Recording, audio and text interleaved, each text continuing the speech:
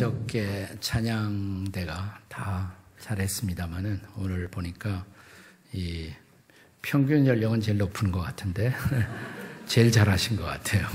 네, 그래서 한번 좋은 찬양으로 봉사하시는 분들을 주신 하나님께 감사의 박수.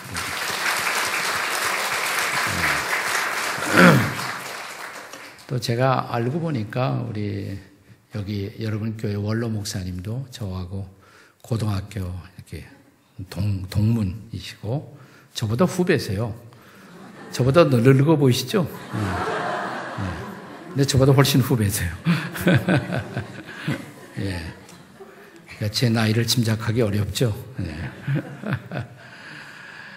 근데 최근에 발표된 UN 보고서에 의하면 79세까지가 중년이래요. 80세 돼야 노년이 시작이래요. 네. 그 듣던 중 아주 기쁜 소식이더라고요. 네. 아주 사흘 동안 좋은 기쁨의 시간 여러분과 함께 갖게 된 것을 아주 감사하게 생각하고 여러분의 교회를 늘 마음에 품고 기도하겠습니다.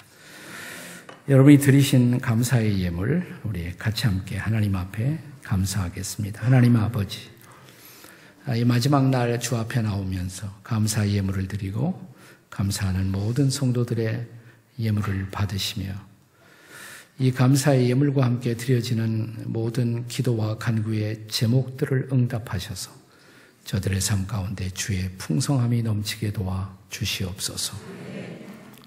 주님의 은혜 가운데 이 귀한 교회가 이 지역사회를 향한 복음 전도의 사명을 잘 감당하는 공동체가 되도록 축복해 주시옵소서. 교회를 섬기는 성도들의 삶도 하나님의 은혜의 풍성함으로 채우시고 예수님 때문에 늘 기뻐하는 귀한 성도들이 되게 해 주옵소서. 예수님의 복되신 이름으로 감사하며 기도드립니다. 아멘.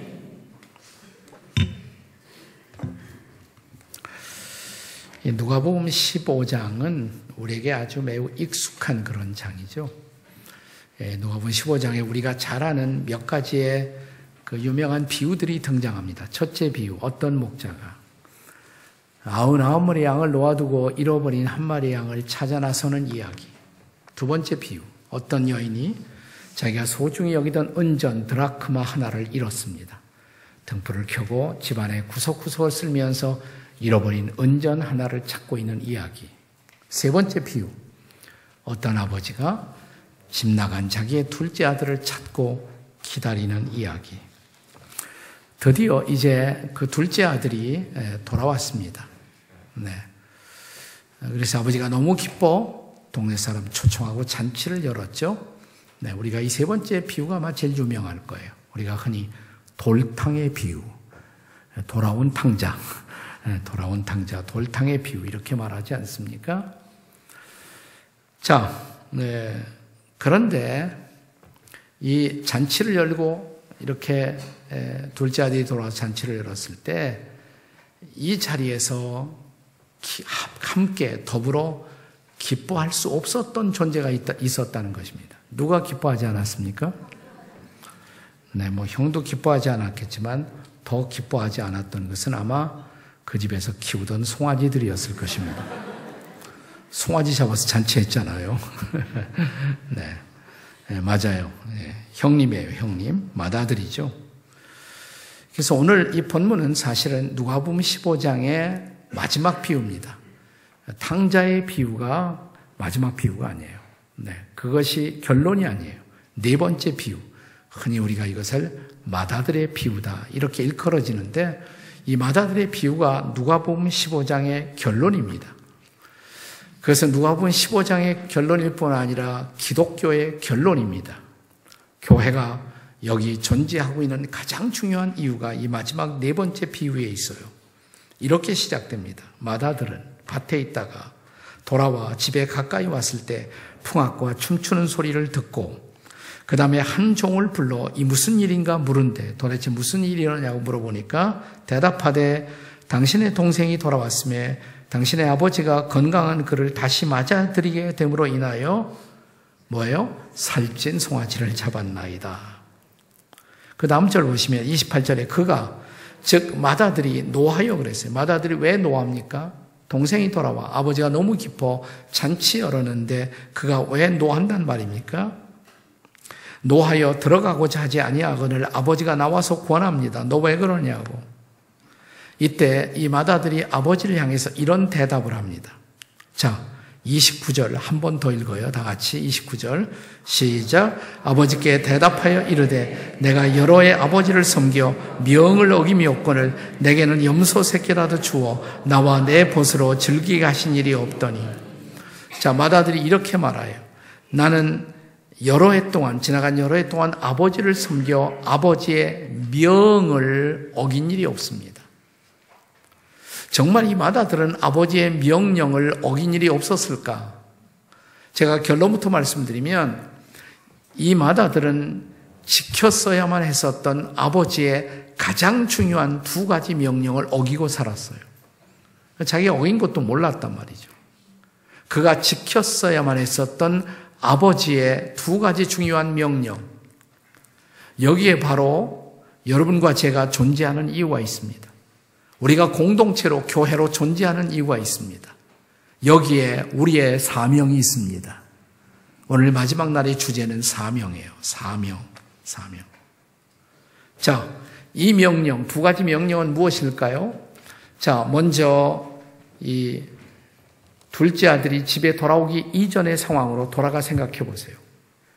둘째 아들이 어디 있는지, 죽었는지 살았는지 행방을 몰라 안타까워하던 아버지가 어느 날 맏아들 불러놓고 이 맏아들에게 중요한 명령 하나를 내린다면 아버지가 맏아들 보고 뭐라고 그럴 것 같아요? 제 질문이 어렵습니까? 자, 둘째 아들의 행방을 모르는 안타까운 상황 속에서 아버지가 맏아들 불러놓고 가장 중요한 명령 하나 내린다면 뭐라고 그럴 것 같아요? 그렇죠. 내 동생 찾아오라고. 자, 옆에 뒤에 있는 분들하고 동생을 찾읍시다. 한번 해보세요. 시작. 동생을 찾읍시다. 내 동생 찾아와. 이게 가장 중요한 명령이에요. 내 동생 찾아와. 네. 이 명령을 가리켜서 우리 기독교 교회 안에서는 오랫동안 이것을 그리스도의 지상명령 이렇게 불러왔습니다. 지상명령. 혹은 이것을 전도의 명령이라고 할 수 있어요. 전도의 명령. 자, 본문에 앞서, 즉 맏아들의 비유에 앞서 선행하는 세 가지 비유는 거기에 초점이 있어요. 자, 이 세 가지 선행하는 비유의 공통점이 뭔가 다시 한번 잘 생각해 보세요. 첫째 비유. 어떤 목자가 잃어버린 양 한 마리를 찾습니다. 두 번째 비유. 어떤 여인이 잃어버린 은전 드라크마 하나를 찾습니다. 세 번째 비유. 어떤 아버지가 집 나간 아들을 찾습니다. 공통점이 뭐예요? 찾는다는 거죠. 이 찾는 이가 누구세요? 하나님이에요. 하나님을 비유한 것이에요. 그러니까 잃어버린 한 마리의 양을 찾고 있는 목자의 얼굴, 하나님의 얼굴이에요. 그 목자의 가슴이 하나님의 가슴이에요. 두 번째 비유, 잃어버린 은전을 안타깝게 찾고 있는 여인의 가슴이 하나님의 가슴이에요. 아니, 두 번째 비유에서 잃어버린 인생을 찾고 있는 하나님의 마음을 왜 여인의 이야기로 비유하셨을까? 오래전 저는 그것이 갑자기 궁금해졌습니다. 제가 아내와 함께 택시를 타고 목적지에 와서 택시 요금을 내고 거스름돈을 주고받는 과정에서 10원짜리 동전 하나가 택시 밑으로 굴러 들어갔어요. 나는 10원짜리 동전이니까 그냥 내리려고 그러는데 제 아내가 찾아요. 여보, 내리자고. 아이, 찾아야 돼요. 뭘 찾는데? 동전 하나. 아이, 그냥 내리지. 안 돼요. 찾아야 돼요. 자, 기사가 드디어 소리를 지르기 시작합니다. 안 내리고 뭐하고 있냐고. 너는 소리를 질러라. 나는 찾는다. 이 여자의 무서운 집념. 나는 그 순간 갑자기 누가복음 15장의 두 번째 비유가 생각이 났어요. 잃어버린 은전을 포기할 수 없는 여인의 집념. 그것이 하나님의 집념이라고. 하나님의 집념. 네. 저 수원에 가면 제가 가까이 지내는 장로님 한 분이 있는데 그 장로님의 아들 하나가 수년 전 경기도의 한 호숫가에서 여름철에 수영을 하다가 익사하는 사고가 발생했어요. 그냥 뭐 집안이 말이 아니죠. 그래도 한 달쯤 지나니까 아버지는 다시 마음을 추스르고 정상적인 일상생활로 다시 돌아오시는데 어머니 권사님은 2달이 지나도 3달이 지나도 6달이 지나도 떠나간 아들 잊지 못하고 아들의 이름을 부르다가 1년 만에 아들 따라가시더라고요. 잃어버린 아들을, 잃어버린 자식을 포기할 수 없어하는 하나님의 마음, 이게 바로 이 비유들 속에 나타난 하나님의 마음이죠. 하나님의 마음. 이 목자, 이 여인, 그리고 둘째 아들을 찾고 또 찾고 기다리는 아버지의 마음, 그것이 하늘 아버지의 마음이 아니겠습니까? 근데 그거면 됐지. 왜 여기 4번째 비유, 맏아들의 비유를 예수님은 첨가하셨을까요?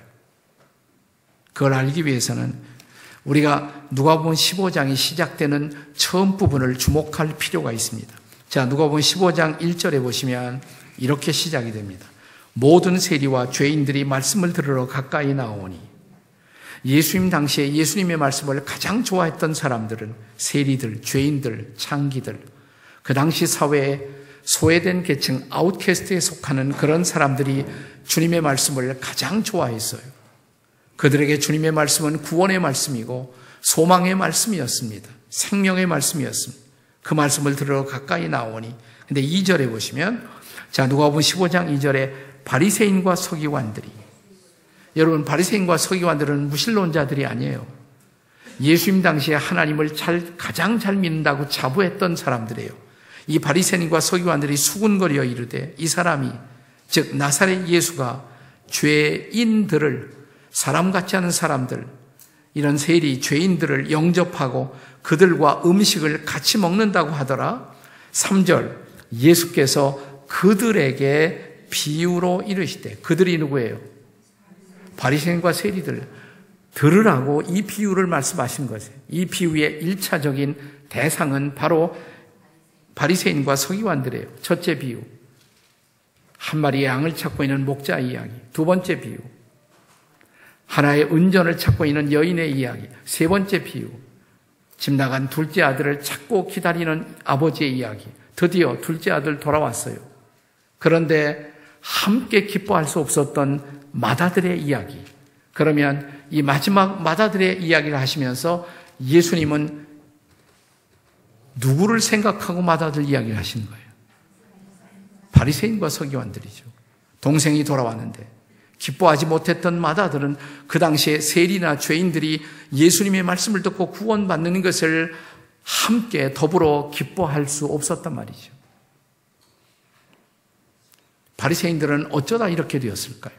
바리새인들의 멘탈리티가 궁금하지 않습니까?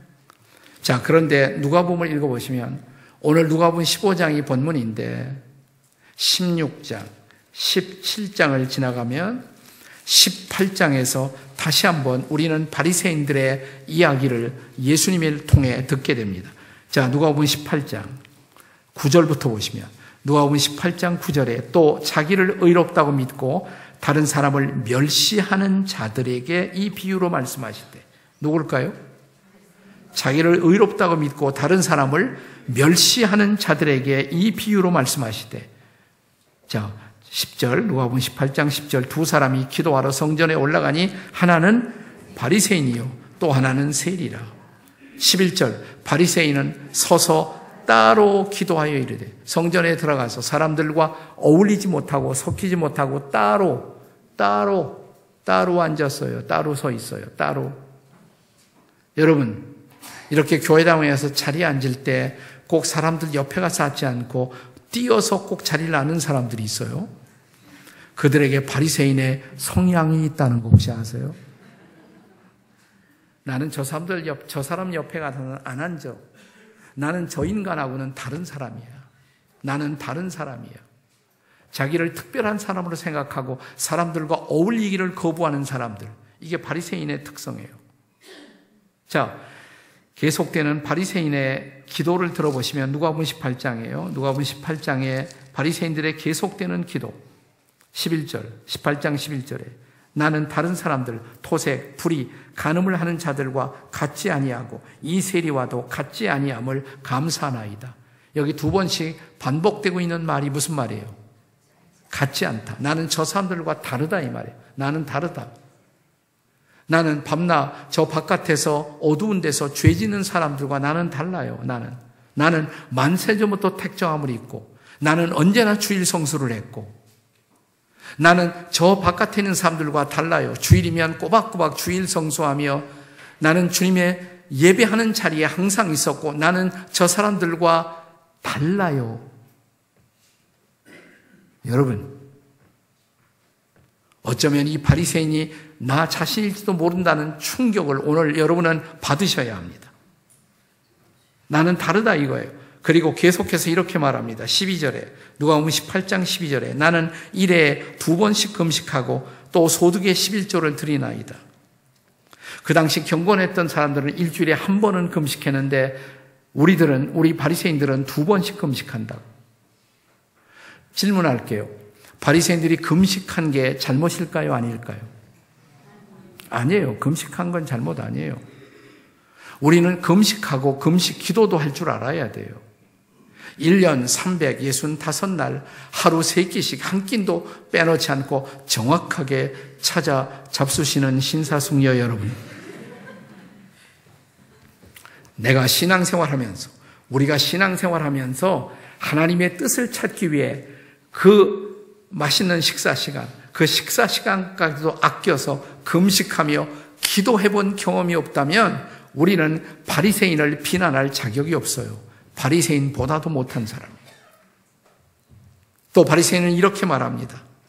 소득의 11조를 드린다고. 자, 바리새인들이 11조 드린 거 잘못이에요? 아니에요? 아니죠. 내 소유는, 내가 벌은 모든 소득은 하나님이 내게 주신 건강, 하나님이 내게 주신 아이디어, 하나님의 도움을 통해서 이 소득이, 이 수입이 가능했다면 이 모든 것은 하나님으로 말미암은 것을 알고 이것의 주권이, 주인이 하나님인 것을 인정하고 그 중에 10분의 1을 구체적으로 하나님의 일에 드리는 행위, 칭찬받아 마땅한 것입니다. 내가 11조도 드리지 못하고 있다면 우리는 바리새인을 비난할 자격이 없어요. 바리새인보다도 못한 자리에 있는 것입니다. 저는 실제로 오늘 이 시대의 그리스도인들의 신앙 의식 수준의 가장 커다란 문제가 바리새인에게도 미치지 못한다는 사실이라고 생각을 해요. 그럼 뭐가 잘못이에요? 이 바리새인이 잘못한 게 뭐란 말입니까?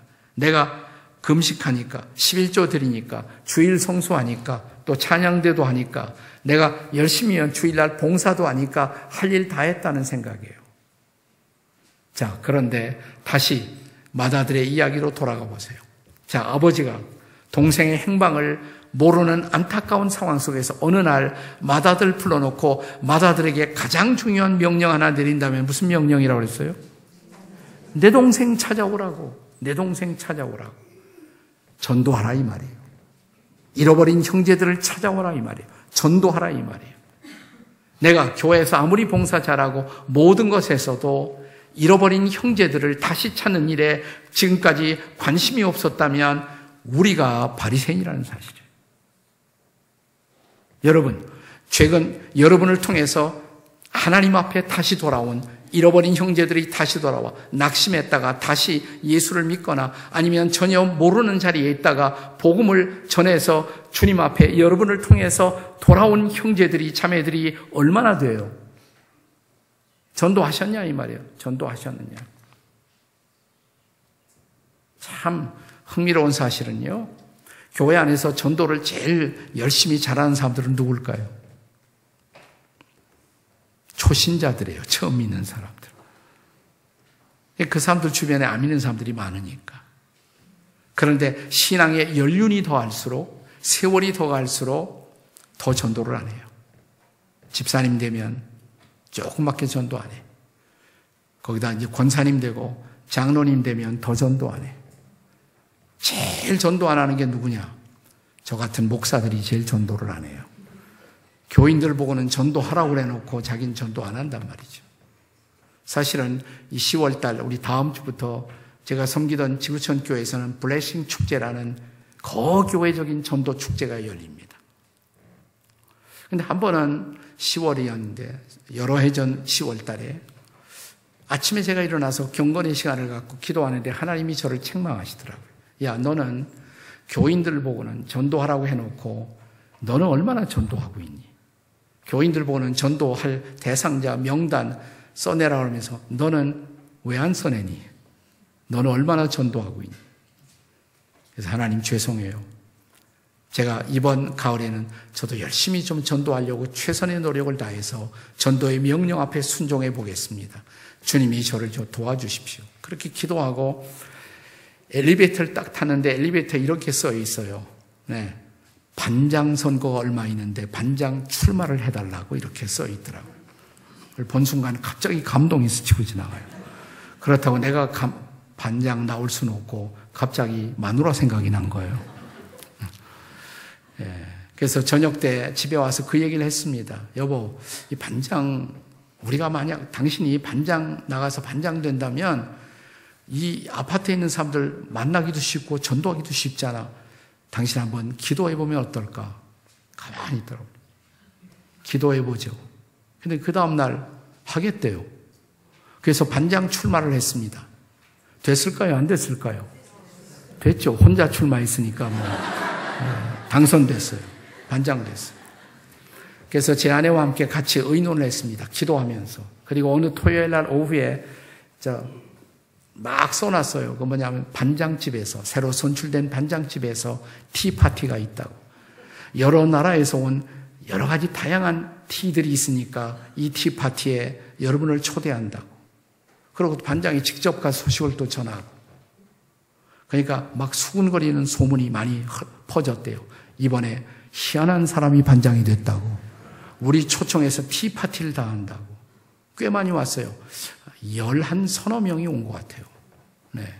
그래서 같이 티파티를 하고 그들이 저희 집에 와서 발견한 놀라운 사실, 반장의 남편이 지구촌 교회 목사였다는 사실을 발견한 거예요. 그리고 교회 한번 와달라고 초청하니까 오죠. 자, 차까지 얻어 마셨는데 안 오겠습니까? 예, 오시죠. 그들이 복음 설교를 듣고 그 중에 여러 사람이 예수를 믿게 됐어요. 네. 1년만으로 제 아내가 끝낼 예정이었는데 아파트 사람들이 데모를 다 했습니다. 너무 잘했다고 한 해 더 하라고. 그래서 2년을 했어요. 그 2년 동안 제가 아마 살아왔던 인생 중에서 같은 아파트의 주변 사람들을 가장 많이 전도했던 그 2년. 거의 한 9가정을 저희가 교회 앞으로 인도한 것 같아요. 그 중에 저희 교회 목자도 되고 목자들을 또 지도하는 마을장이라고 있는데 저기서 마을장도 되고. 여러분, 세월이 더할수록 신앙의 연륜이 더할수록 전도가 그냥 안 돼요. 전도하려고 결심을 해야 돼. 애를 써야 돼요. 결국 전도의 명령에 순종한다는 것은 하나님의 명령에 대한 순종이잖아요. 순종하려고 애를 쓰셔야 돼요. 그러면 하나님이 도와주시는 거예요. 하나님이 도와주시는 거예요. 나는 여러분 교회 안에도 전도하는 이 놀라운 물결이, 전도의 새로운 바람이 일어날 수 있기를 주님의 이름으로 축원합니다. 내 동생 찾아와. 잃어버린 내 동생. 예수님의 마지막 명령이에요. 가서 모든 족속으로 내 제자를 삼으라고. 무슨 말인 줄 아세요? 모든 족속 가운데 잃어버린 내 형제들을 찾아오라는 말이에요. 성령이 임하시면 너희가 권능을 받고 예루살렘과 유대와 사마리아와 땅끝까지 이르러. 예루살렘 가장 가까운 여기서부터 시작해서 이 세검동, 부암동, 구기동 여기서부터 시작해서 저 남쪽까지 서대문까지 그리고 서울을 지난 곳까지 여기서 이 모든 사람들이 바로 우리가 전도할 대상자임을 알고 우리의 예루살렘에서부터 전도를 시작하는 일. 제가 25년 전 지구촌 교회를 개척하면서 보니까 그 당시에 분당이 전체 인구가 30만이었어요. 그 당시에는. 지금은 40만이 넘었습니다만 분당 인구가 30만이더라고요. 그래서 첫 개척을 하면서 저는 하나님 앞에 이런 기도를 했습니다. 이 중에 제가 10분의 1은 전도하게 도와주십시오. 여기 인구 가운데 10분의 1은. 꼭 15년이 지나니까 그 인구의 10분의 1이 저희 교회 안에 전도를 받고 모이기 시작했습니다. 우리가 전도하려고 노력을 해야 돼요. 순종하려고 노력을 해야 돼요. 잃어버린 형제들을 찾아야 돼요. 만약 우리가 명령에 순종하지 못하고 있다면 우리는 불순종의 죄를 범하고 있는 것입니다. 우리의 책임을, 직무를 유기하고 있는 것입니다. 잃어버린 형제 찾으려고 하십니까? 찾고 계십니까? 찾고 계십니까? 한 달 전에도 제가 이렇게 저희 아파트가를 이렇게 가다 보니까 새로 카페가 하나 생겼어요. 거기 한 여주인인 것 같은 분이 계셔서 제가 전도할 마음이 있어서 물었습니다. 혹시 교회 나가본 일이 있으십니까? 그러니까 나가봤대요. 어느 교회 나가보셨습니까? 지구촌 교회 나가봤대요. 근데 지금 안 나간대요. 한 두세 번 나가다가 아는 척 하는 사람도 없고, 그래서 그 사람이 좀 많기 때문에 가면 그럴 수가 있는데, 교회 생활을 시작하는 방법은 지구촌 교회 안에, 제가 지구촌 교회 잘 아는 사람인데요, 거기에 성경 공부 첫 번째 과정이 있는데 새생명반이라고, 내가 성경 공부를 할 때 말씀을 통해서 예수를 어떻게 믿는지 구체적으로 알 수가 있거든요. 그래서 다음 주에 가셔서 한번 새생명반에 등록을 해보세요. 그러면 잘 안내를 받을 수 있고, 그리고 예수 믿는다는 것이 무슨 의미인지 그걸 제대로 알 수가 있거든요. 그리고 혹시나 해서 그 다음 날도 또 들려서 또 커피를 마시고 다짐을 몇 번 받았습니다. 그리고 주일이 지난 월요일 날 들렸더니 갔대요. 그리고 새생명반에 등록을 했대요. 등록을 했대요. 참 잘했다고. 그리고 한 2달 지난 다음에 다시 가서 체크했더니 나를 알았어요. 그때 나를 알았어요. 내 신분을 알았어요. 목사님이 시작한 교회라면 있어요. 그렇다고. 제가 시작은 아니고 하나님이 저를 통해서 시작한 것이죠. 네. 사는 소리가 새생명반 해보니까 이제 알겠어요. 비로소. 예수 믿는다는 것이 뭔지. 목사님 감사해요. 너무너무 감사해요.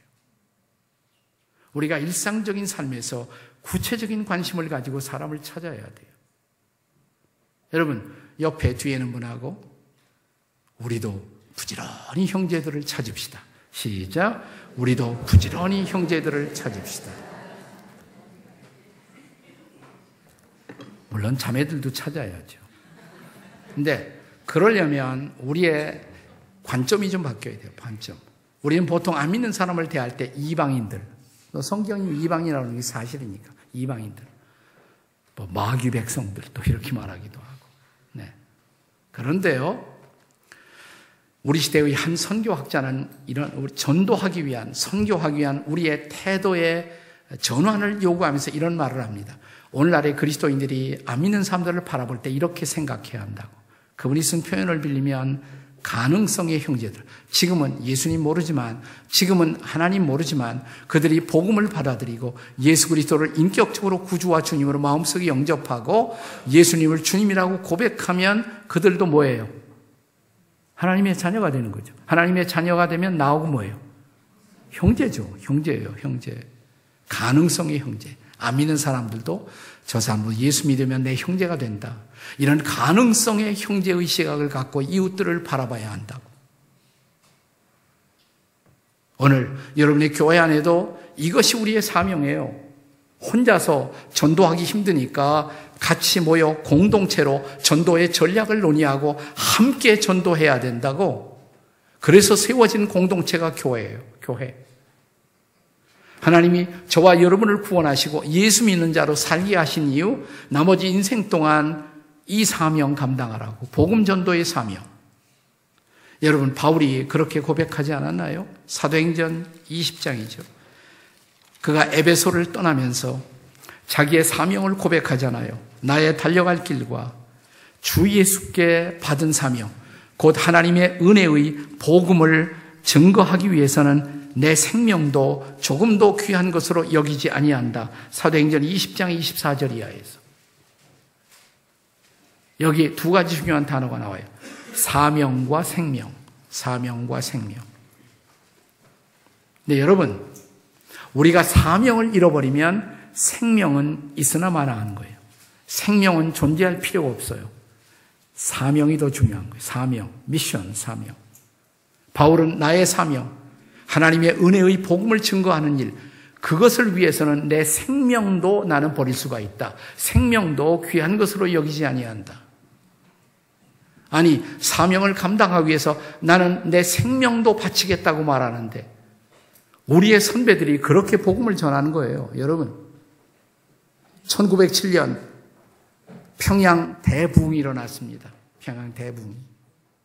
길선주 장로님, 죄의 고백과 함께 하나님이 그 시대의 일제 강점기 시대로 들어가고 있는 이 땅의 백성들의 마음속에 하나님의 은혜를 부어주시기 위해서 이 평양 대부흥을 주셨단 말이죠.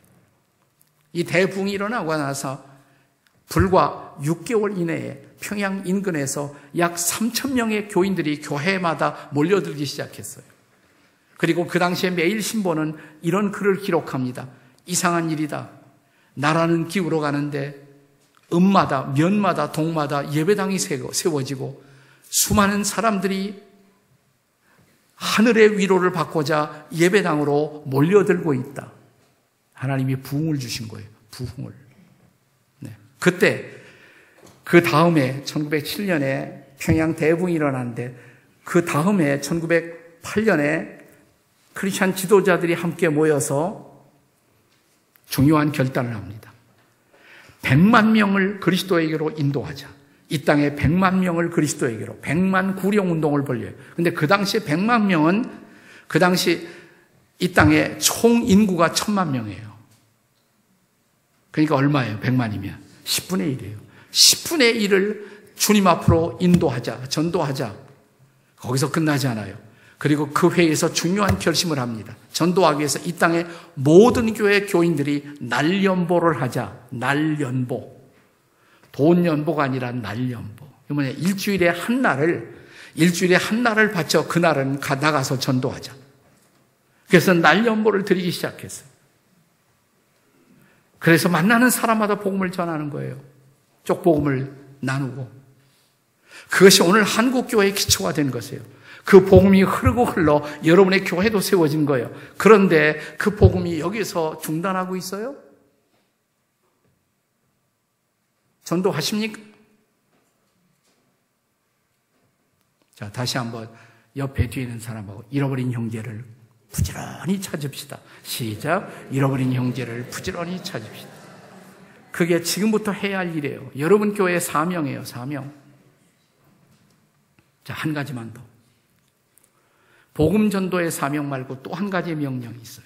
자, 이제 둘째 아들이 돌아온 다음에 아버지가 맏아들 불러놓고 또 한 가지 명령을 내린다면 이번에는 무슨 명령할 것 같아요? 제 질문이 어려운가요? 둘째 아들이 온 다음에 맏아들 불러놓고 한 가지 또 명령을 내린다면 이번에는 뭐라고 그럴 것 같아요? 집에 돌아온 다음에 둘째 아들이 잘 지내라고. 네. 그걸 다른 말로 말하면 어떻게 하라고? 네? 사랑하라고. 그렇죠? 사랑 안에 다 포함이 될 거예요. 다시 한번 앞뒤 있는 사람들하고 형제를 사랑합시다. 시작.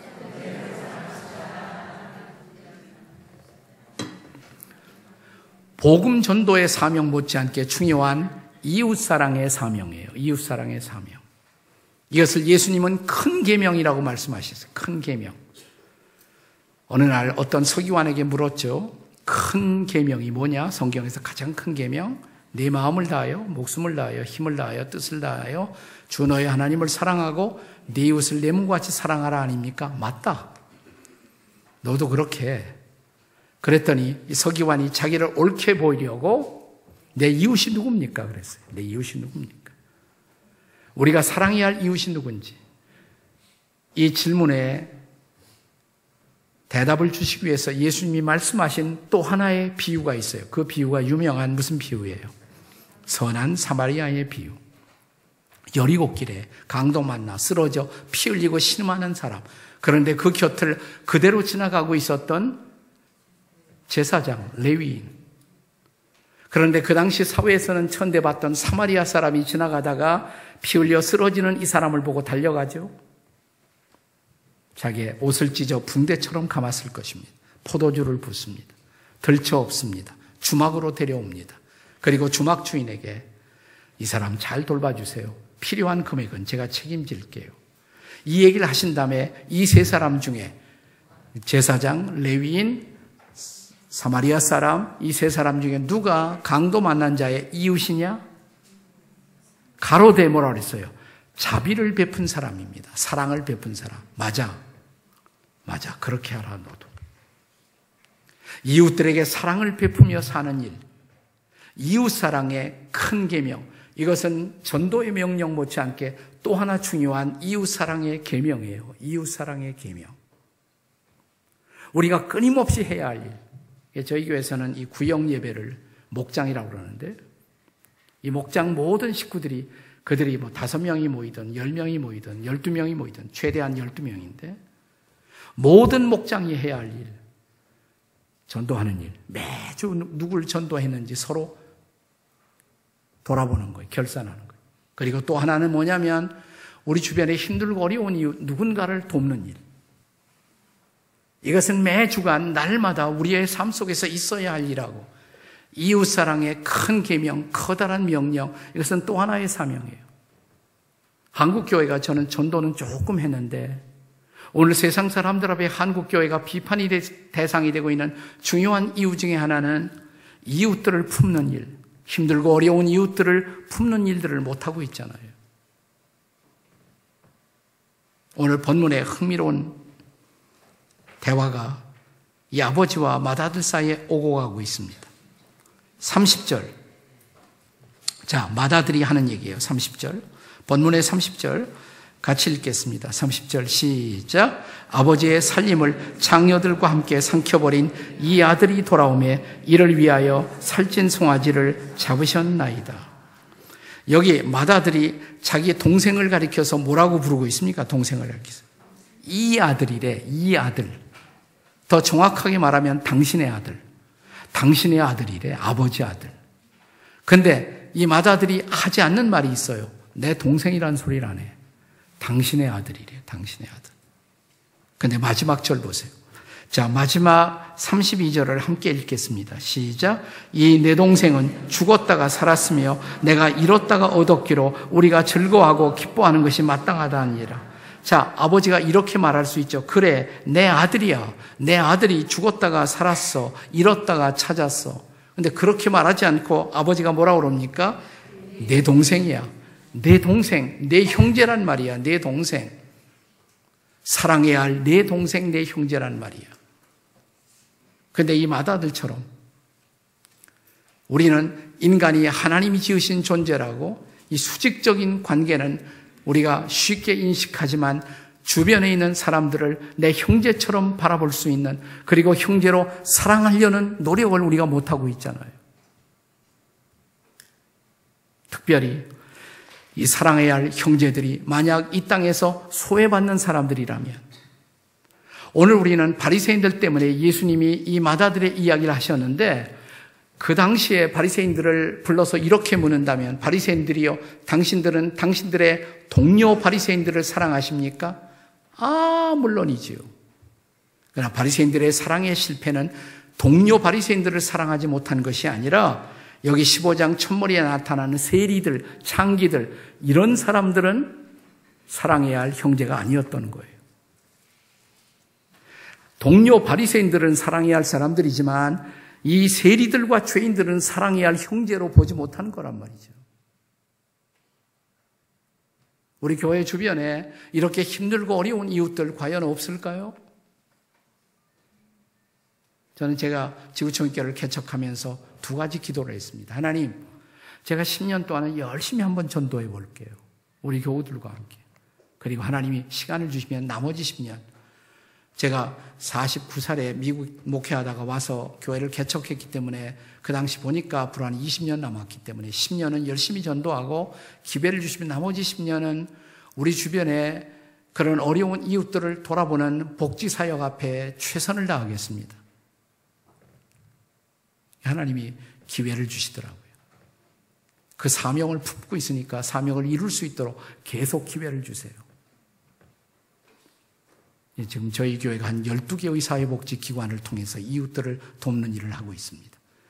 그러나 거대한 일로 시작한 것이 아니라 우리 목장사역에서 옆에 있는 누군가 힘든 한 사람을 품으라고, 독거노인이든지 또 혼자 사는 사람이든지 주변에 누군가를 품어야 한다고. 제가 미국 목회를 할 때 같이 친하게 지내던 미국 목사님에게 평생 잊을 수 없는 감동적인 이야기 하나를 들었어요. 친구 집에 갔더니 친구 딸, 어린 소녀, 수젠이라는 소녀가 인형을 막 갖고 놀더래요. 물었대요. 그 인형 중에서 네가 제일 사랑하는 인형이 어떤 거니? 아저씨 여긴 없어요. 어딨니? 내 방에 있어요. 보여줄 수 있니? 안 돼요. 왜? 보여드리면 아저씨는 저를 비웃을지 몰라요. 아이, 그런 일 없어. 약속할게. 얼마 후에 자기 방에 들어가서 자기가 제일 사랑하는 인형을 갖고 나왔는데 그 인형이 머리가 벗겨지고 옆구리가 터져 나왔고 다리는 하나 부러져 있고 섬뜩하더래요. 그래서 진지하게 다시 물었어요. 수젠, 아저씨가 알고 싶어서 그러는데 너 어째서 이 인형을 제일 사랑하니? 그때 이 목사님이 평생 잊을 수 없는 대답을 들었어요. 왜냐하면요, 아저씨, 이 인형은요, 제가 사랑하지 않으면 사랑할 사람이 아무도 없어요. 제가 사랑하지 않으면 사랑할 사람이 아무도 없어요. 우리가 사랑하지 않으면 사랑이란 단어를 알 수 없는 사람들 우리 주변에 없을까요? 하나님, 우리가 그들을 품게 해주십시오. 그들을 사랑하게 해주십시오. 그러면 하나님이 여러분 교회를 축복하세요. 그런 일들이 자꾸 생기는 거예요. 여기 중요한 또 하나의 사명이 있어요. 그것이 이웃사랑의 사명인 것입니다. 복음 전도의 사명, 이웃사랑의 사명, 이것은 교회가 존재하는 두 가지 이유예요. 두 가지 명령 때문에 교회는 존재하는 거죠. 혼자 하기 힘드니까 같이 모여서 함께 이웃들을 돌보라고, 함께 전도하라고. 이 두 가지 사명을 안 한다면 여러분의 교회는 존재할 이유가 없는 거예요. 예배만 드려요? 그게 바리새인들이에요. 바리새인이 그렇게 하는 것이에요. 나는 이 두 가지 사명 앞에 여러분이 순종할 수 있는 그런 교회가 될 수 있기를 주의 이름으로 축복합니다. 제가 목회하던 지구촌 교회 한 자매의 이야기를 하고 싶어요. 이 자매는 본래 아주 좋은 신앙의 집안에서 태어나서 자랐어요. 그 아버지는 저희 교회 장로님이셨고 어머니는 저희 교회 여전도사님이셨어요. 그래서 저와 함께 이렇게 사역을 하고 그랬습니다. 우리 설 목사님도 잘 알 거예요, 아마. 네. 그 아버지는 저희 교회에서 제가 개척하면서 5번이나 교회당 장소를 옮겼는데 그때마다 건축팀장으로 교회 모든 일을 돌보셨어요. 어머니는 여전사님으로서 한 교구 신방 사역을 잘 감당하셨고 그런 집안에서 자라났어요. 그런데 보통 좋은 신앙에서 자라난 아이들이 그런 것처럼 그냥 신앙이 없는 것은 아닌데 신앙이 별로 그렇게 화끈하지도 않은 그저 그런 모습으로 자랐어요. 그래도 잘 자라서 공부도 잘했고, 네, 중학교, 고등학교, 저희 교회에서 중등부, 고등부, 대학부, 서울대학 불문과를 졸업했어요. 서울대학 불문과를 졸업했어요. 공부를 잘해서 학원 교사가 됐어요. 학원에 프랑스어를 가르치는 학원 강사가 됐어요. 인기 강사가 됐습니다. 인기 강사. 학생도 많았고 돈도 많이 벌었고 그랬어요. 그러다가 어느 날 저희 교회에서 이렇게 이제 저희 교회에서는 이 전도 폭발이라는 훈련을 열심히 하고 있는데 청년들을 위한 전도 폭발 반에 들어갔어요. 그리고 전도 훈련을 받다가 깜짝 놀랐어요. 전도가 이렇게 재미있고 전도가 이렇게 쉬운데 내가 그동안 전도 한 번 안 하고 살았구나. 네. 그래서 이제 학원 끝나면 아이들 많고 저녁 사주고 복음 제시하면 아이들이 다 믿는다고 그러고 그러자 학원뿐만 아니라 이제 다른 데 가서도 막 전도를 시작했어요. 신바람 나게. 그래서 어느 날 마음속에 이런 생각이 오더래요. 이렇게 한국은 그래도 복음도 잘 전해지고 사람들이 받아들이는데 이 지구촌에는 복음을 듣지 못한 사람들이 얼마나 많은가. 그러면서 문득 어느 날 기도할 때 나온 생각이 나 선교사 하면 어떨까.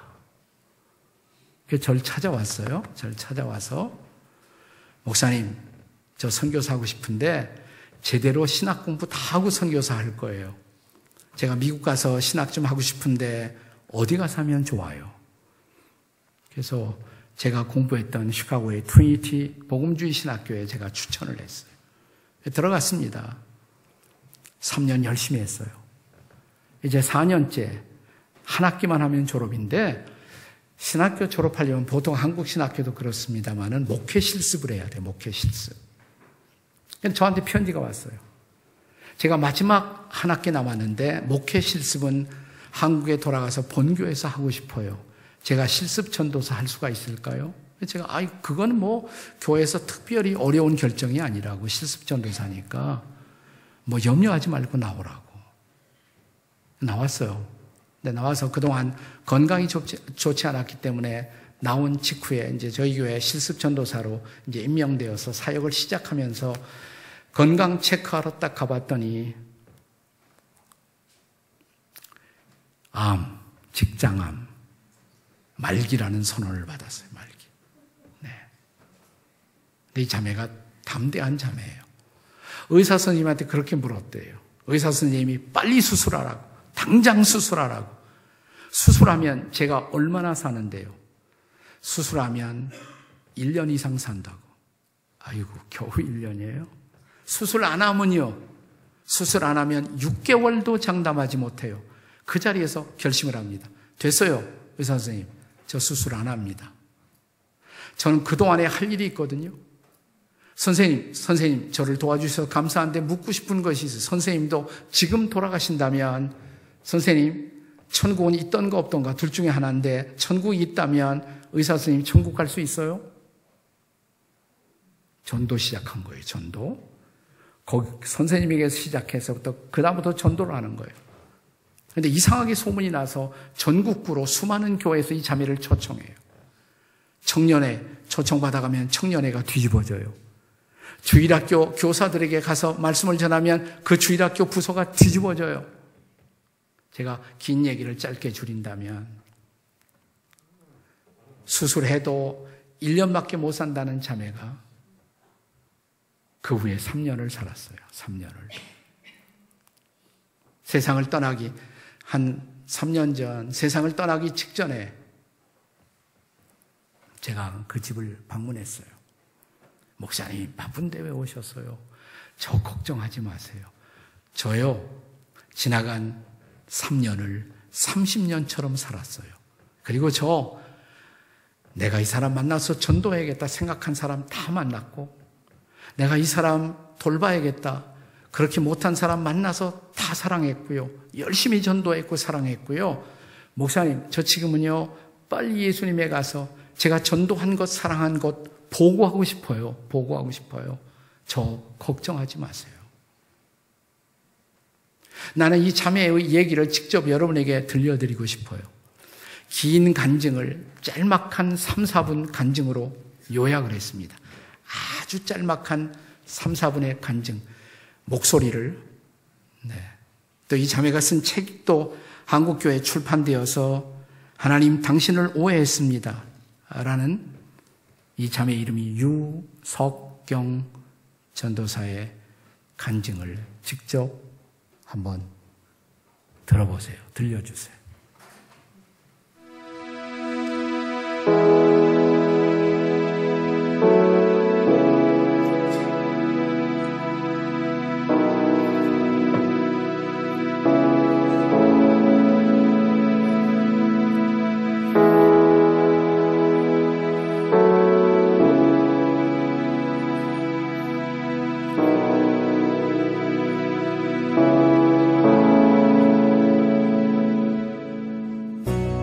많은 분들이 하나님을 원망하냐고 했지만 저는 단 한 번도 하나님을 원망하지 않았습니다. 많은 사람들이 왜 도대체 너에게 이런 일이 일어났을까? 물어봤지만 저는 단 한 번도 하나님께 왜? 라는 질문을 하지 않았습니다. 그 이유는 저는 하나님을 이해하는 것이 아니라 신뢰하기 때문입니다. 나를 나보다 더 잘 아시고 나의 필요를 더 잘 아시고 또 나에게 가장 좋은 것을 주신다는 것을 확신합니다.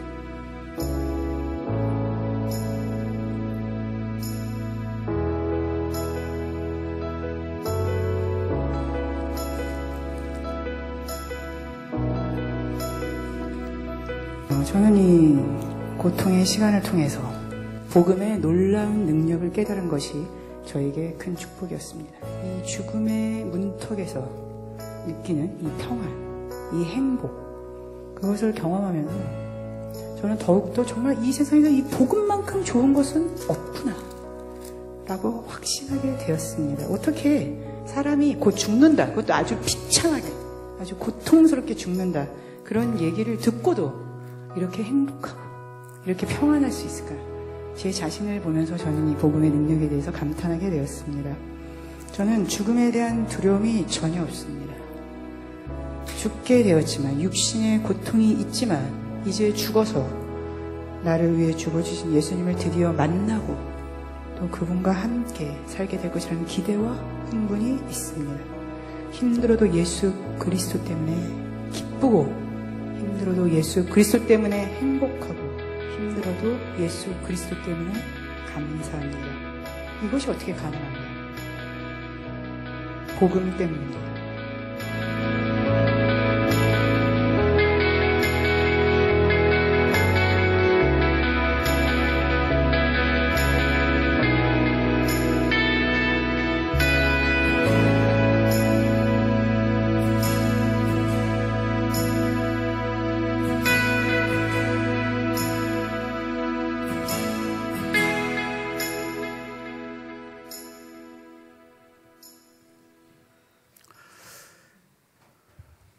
이 자매가 세상 떠나기 꼭 한 달 전에 저희 교회에서 간증했던 간증이에요, 이것이. 지금도 제 귀에 생생합니다. 목사님, 저 열심히 전도했고요, 열심히 사랑했고요, 이제는 예수님 만나 보고하고 싶은 것뿐이에요. 전 사명을 다했다고 생각해요. 목사님, 혹시 제 장례식에 오시면 인도할 때 꼭 이 찬송을 불러주세요. 찬송가 314장. 내 구주 예수를 더욱 사랑, 엎드려 비는 말 들으소서. 내 진정 소원이 내 구주 예수를 더욱 사랑, 더욱 사랑. 이전에 세상 나 기뻤어도 지금 내 기쁨은 오직 예수. 다만 내 비는 말 내 구주 예수를 더욱 사랑. 3절에 이 세상 떠날 때 찬양하고 숨질 때 하는 말 이것일세. 다만 내 비는 말 내 구주 예수를 더욱 사랑, 더욱 사랑. 기도하시겠습니다. 같이 머리 숙여 기도하시겠습니다. 한번 조용히 기도하면서 같이 이 찬송 불러보세요. 가사는 제가 불러드릴게요. 내 구주 예수를 더욱 사랑. 네, 다 같이. 내 구주 예수를 더욱 사랑. 엎드려 비는 말 엎드려 비는 말 들으소서. 내 진정 소원이 내 진정 소원이 내 구주 예수를 더욱 사랑, 더욱 사랑. 이전에 세상 나 기뻤어도 지금 내 기쁨은 오직 예수. 지금 내 기쁨은 오직 예수. 다만 내 비는 말 내 구주 예수를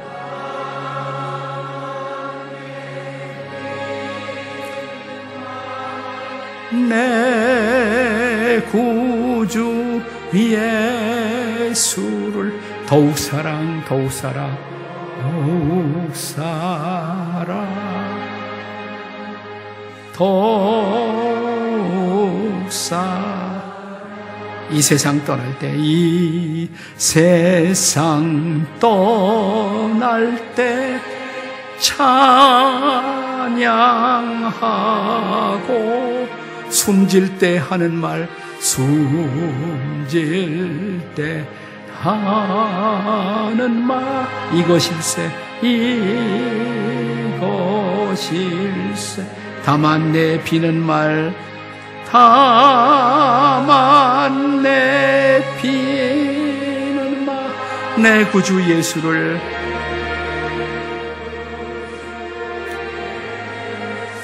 더욱 사랑 더욱 사랑 더욱 사랑. 하밍 조용히 하밍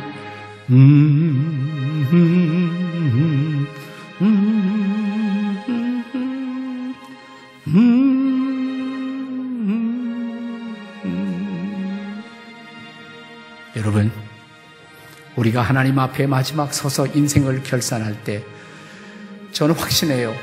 하나님이 이건 꼭 질문할 거예요. 내가 널 구원했는데 너도 이 복음 전하라고 구원했는데 너 얼마나 전도하고 왔니?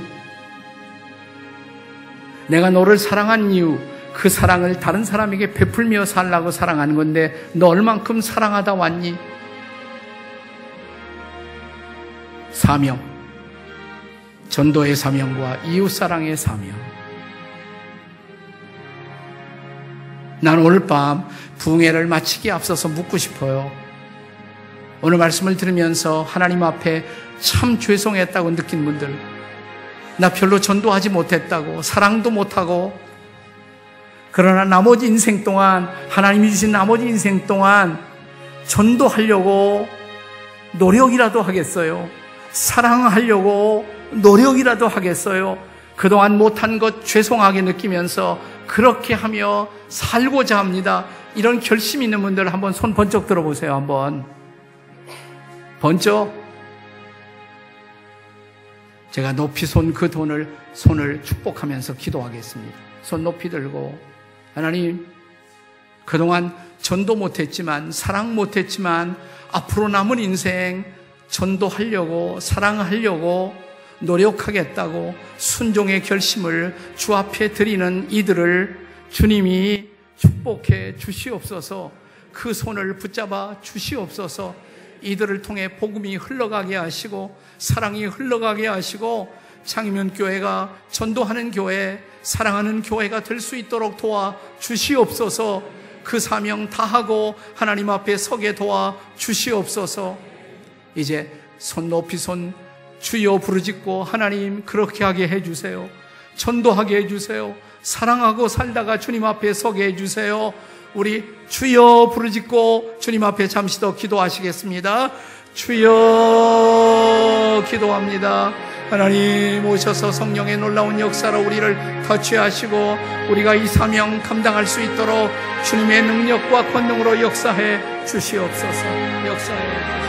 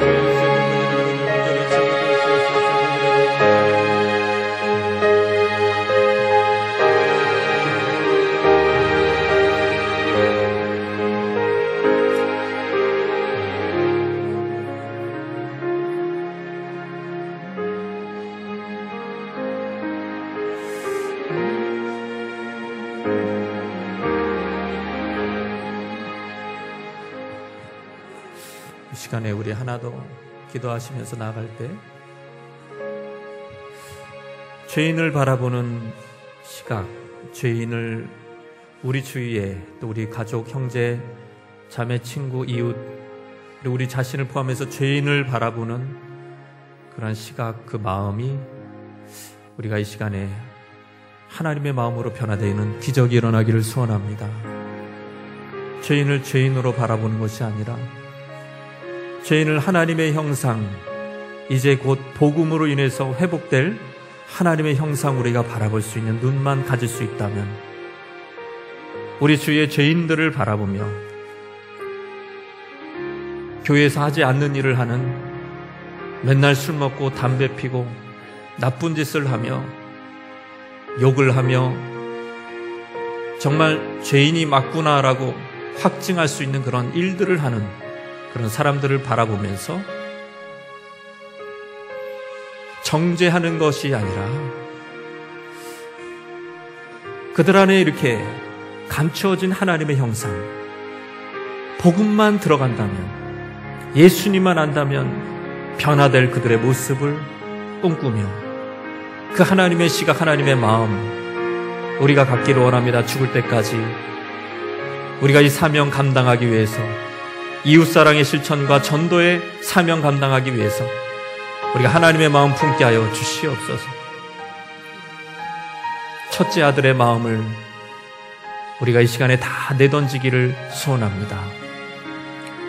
둘째 아들이 정말 못할 짓을 한 둘째 아들, 아버지의 재산을 창기와 함께 다 먹어버린 둘째 아들을 받아들일 수 있고 그 죄인을 하나님의 아버지의 마음으로 품을 수 있는, 그것이 바로 하나님이 우리에게 요구하시는 믿음인 줄 믿습니다. 행위대로 갚지 않으신 하나님, 우리 자신조차 행위대로 갚지 않으신 그 하나님, 만약에 하나님께서 우리를 행위대로 갚아주셨다면, 우리의 행위대로 갚아주셨다면 우리가 어떻게 이 시간에 예배드리며 설 수가 있겠습니까? 우리의 행위대로 갚지 않아주신 그 하나님이 우리 이웃, 우리가 생각하는 그 죄인들에게도 행위대로 갚지 아니하시고 긍휼히 여겨주시는 그 하나님을 생각하면서 하나님 아버지, 참으로 우리가 평생 전도할 수 있는 그런 마음, 그런 심정 품게 해달라고 우리 주여 세 번 부르짖고 주님 앞에 나가시겠습니다. 주여, 주여, 주여. 사랑으로 우리 함께 나갈 수 있도록 인도해 주셨습니다. 하나님, 사랑하는 그 마음으로 우리에게 전도하게 하여 주시옵소서. 살아계신 그 마음을 품고 우리에게 전도하며 하나님 살아계신 우리의 그자의 관계로 우리에게 살아갈 수 있도록 아버지 하나님 하시옵소서.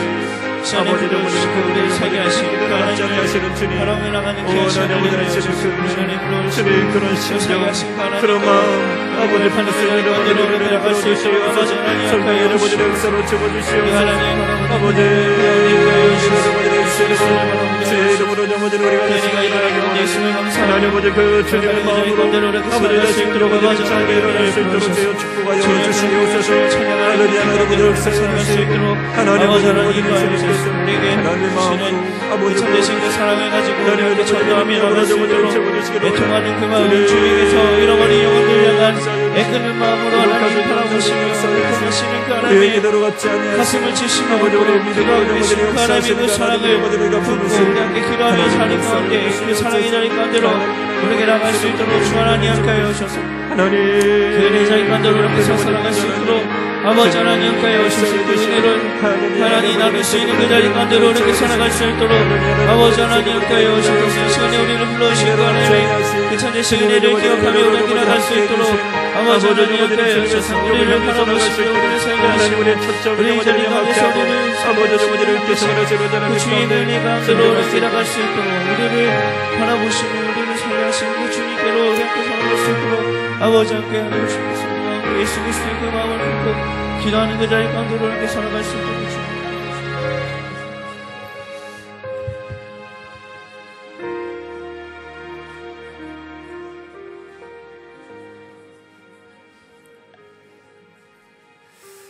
이 시간에 하나님이 우리를 사랑하시는 줄 믿습니다.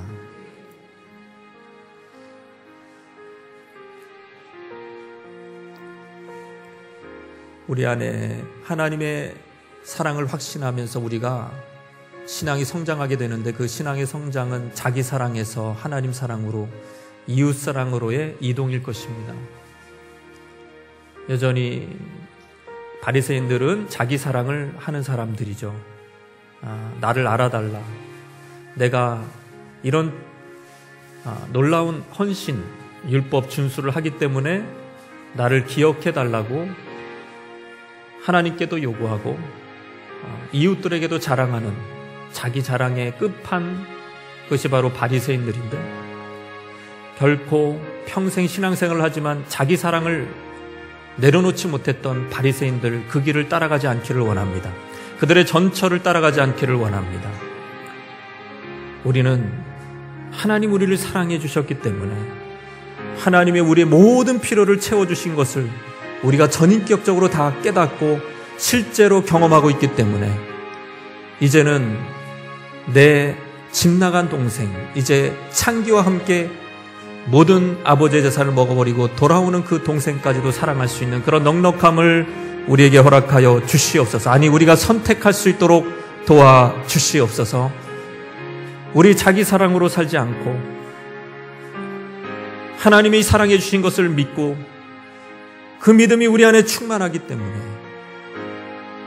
넉넉한 마음으로 우리가 손해본다고 할지라도,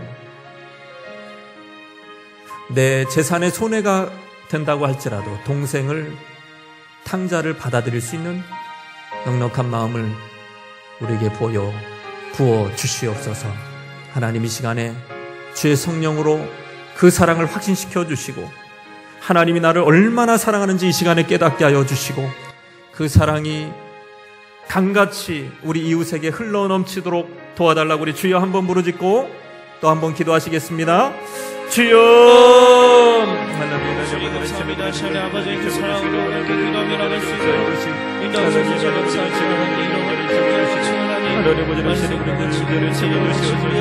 아버지 하나님 앞에 아버지를 그리스도를 우리 옷이 있잖아요. 하나님 아버지를 세워주시고 아버지 우리를 찬양하시고 아버지를 풀어주시고 주님을 찾으시고 주의 가운데로 남겨나고 있도록 아버지 하나님 운전하는 아버지를 우리를 살게 하시고 우리의 부르신 살리신 그 주님의 자리 가운데로 우리가 살아가시고 우리 자리 가운데로 우리가 살아갈 수 있게 하시고 누릴 수 있도록 아버지 하나님 가까이 오시고 주여, 제가 우리를 부르신 하나님의 사랑하는 자리 가운데로 그 은혜 자리 가운데로 우리가 살아갈 수 있도록 아버지 하나님 가까이 오시고 아버지 하나님을 드리는 그 자리 가운데서 하나님을 높이는 그 자리 가운데서 우리가 살아갈 수 있도록 아버지 하나님 가까이 오시고 당신의 가운데 우리를 불러주시고 우리의 삶을 이루시는 주님의 사랑하는 자리 가운데로 거기에 나갈 수 있도록 주님의 은혜를 보여주시고 우리 덕에 하나님의 사랑의 신부를 고백하며 기도하는 그 자리 가운데로 우리가 살아갈 수 있도록 하나님을 드리는 그 자리 가운데로 우리가 살아갈 수 있도록 주님을 찾아주시고 우리 덕에 하나님을 고백하는 그 자리 가운데로 하나님을 높이며 하나님을 찬양하는 그 자리 가운데로 우리가 살아갈 수 있도록 주님의 은혜를 불러주셔서 은혜의 자리 가운데로 그 말씀 은혜의 자리 가운데로 우리가 살아갈 수 있도록 아버지 하나님 감사하여 주시옵소서. 예수님의 성령의 능력을 받게 하여 주시옵소서. 예수 그리스도의 성령의 능력이 자리 가운데서 감사하여 하나님을 시간을 하여 주시옵소서. 아버지 나의 주시옵소서. 주님의 말을 하여 주시옵소서. 주님의 평가에 하여 주시옵소서. 우리의 삶의 신을 하나님 자리 가운데로 불러주시는 것입니다.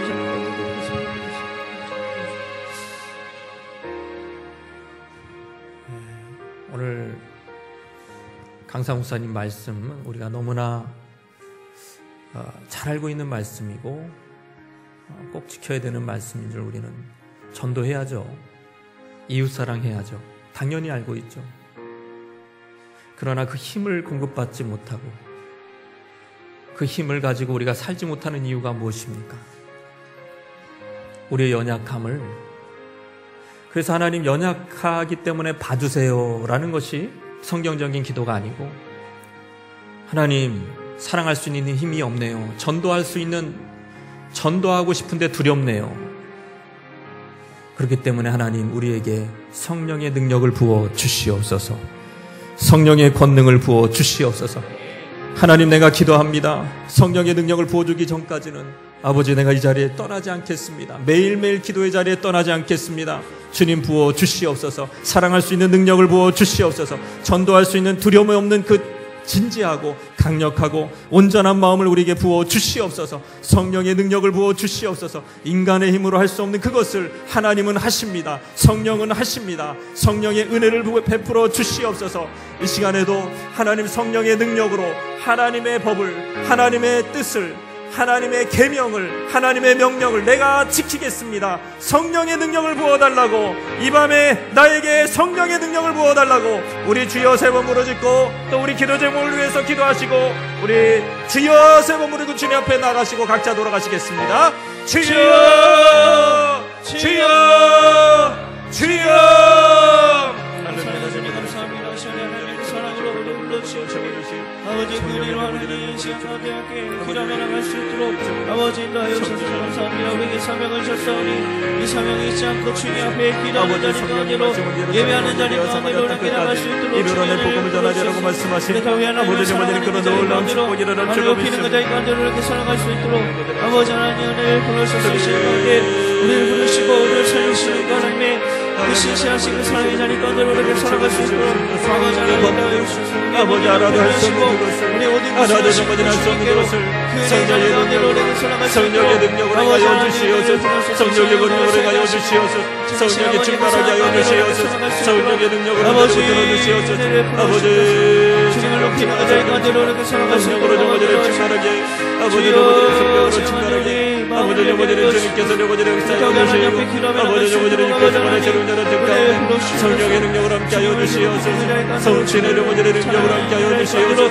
아버지 여보지를 영이 우리 안에 거하게 하시고, 아버지 성령의 날마다 성령의 아버지 그리스도의 사랑이 나를 강권 하신다고 말씀하신 것, 아버지 그 사랑 앞에 저번이를 붙들려 받을 수 있도록 주여주시옵소서. 사랑과 붙들려 받을 수 있도록 주여주시옵소서. 할렐루야.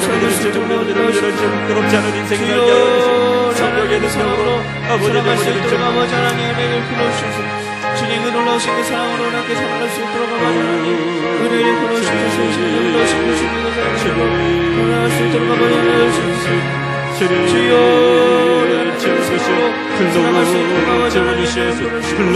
우리 더위 기도하게 해주시고 우리의 마음을 들고 주 하나님 앞에 엎드리며 기도하며 주 아버지 어머니의 불로 역사해주 성령의 불로 채워주시옵소서. 하나님의 역사하시는 우리의 문제를 채워주시고 하나님의 성령의 불로 아버지의 성령의 불로 채워주시고 거룩한 어머니의 성령의 능력으로 함께하여 주시오.